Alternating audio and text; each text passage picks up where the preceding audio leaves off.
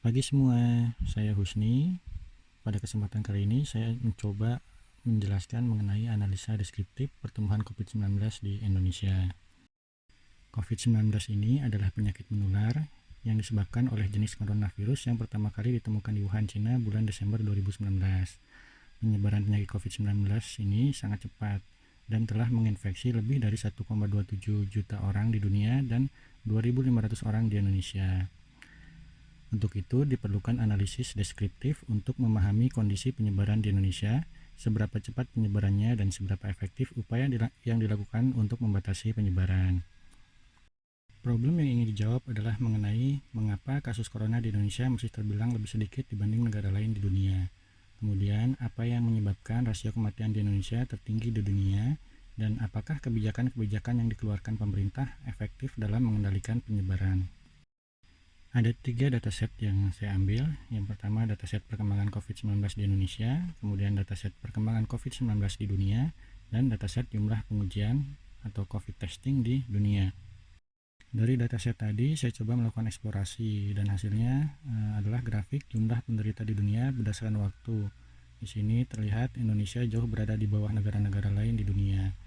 Bahkan kenaikannya terlihat lebih datar dibandingkan dengan negara-negara lain.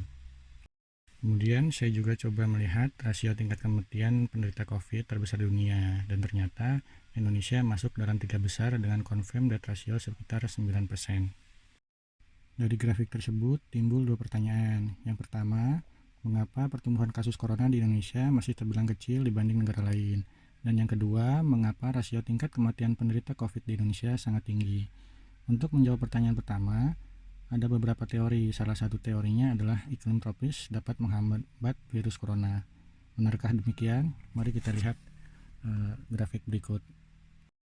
Di sini saya mencoba menampilkan grafik penderita di negara-negara ASEAN yang beriklim tropis. Terlihat kurva pertumbuhan ternyata hampir mirip dengan Indonesia, dan penambahan kasus tidak secepat di negara-negara lain yang beriklim subtropis.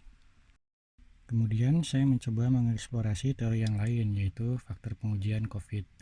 Di sini terlihat memang di negara-negara ASEAN, jumlah pengujian perharinya masih jauh di bawah negara-negara lain, terutama yang mempunyai jumlah penderita yang banyak.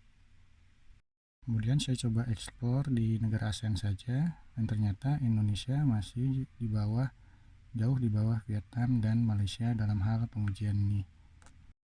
Sehingga di sini masih perlu diteliti lagi apakah jumlah pertumbuhan sedikit lebih dikarenakan faktor cuaca atau karena faktor keterbatasan pengujian, sehingga hanya sedikit yang terdeteksi, sedangkan aktualnya mungkin jauh lebih banyak. Terus untuk kasus di Indonesia, kita lihat bahwa persentase positif corona dari hasil uji adalah sekitar 20% dengan data cenderung naik. Hal ini mungkin terjadi akibat semakin banyaknya antrian untuk tes PCR, sehingga diprioritaskan untuk orang yang punya peluang tinggi terpapar virus, sehingga persentasenya semakin menaik.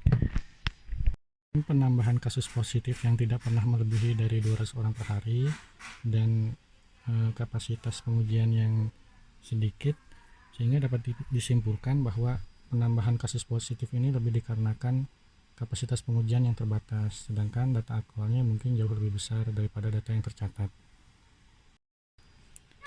Kemudian pertanyaan selanjutnya adalah kapan virus corona akan berakhir? Untuk menjawab pertanyaan ini, maka kita perlu memahami pola pertumbuhan virus ini. Seperti kita lihat di bagian eksplorasi data bahwa pertumbuhan pasien positif corona meningkat secara eksponensial.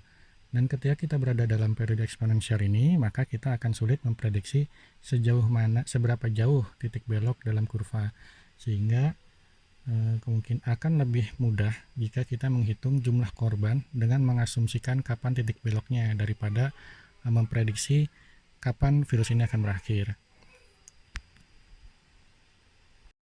Kemudian kesimpulan yang dapat kita ambil yaitu yang pertama, kapasitas pengujian PCR di Indonesia sangat sedikit, sehingga kasus aktualnya mungkin akan lebih banyak daripada aslinya. Kemudian yang kedua adalah kebijakan pemerintah dan upaya masyarakat diperlukan untuk mengurangi penyebaran COVID-19. Kemudian yang ketiga adalah kita dapat meniru apa yang dilakukan oleh China dan Korea Selatan yang berhasil mengendalikan penyebaran COVID-19.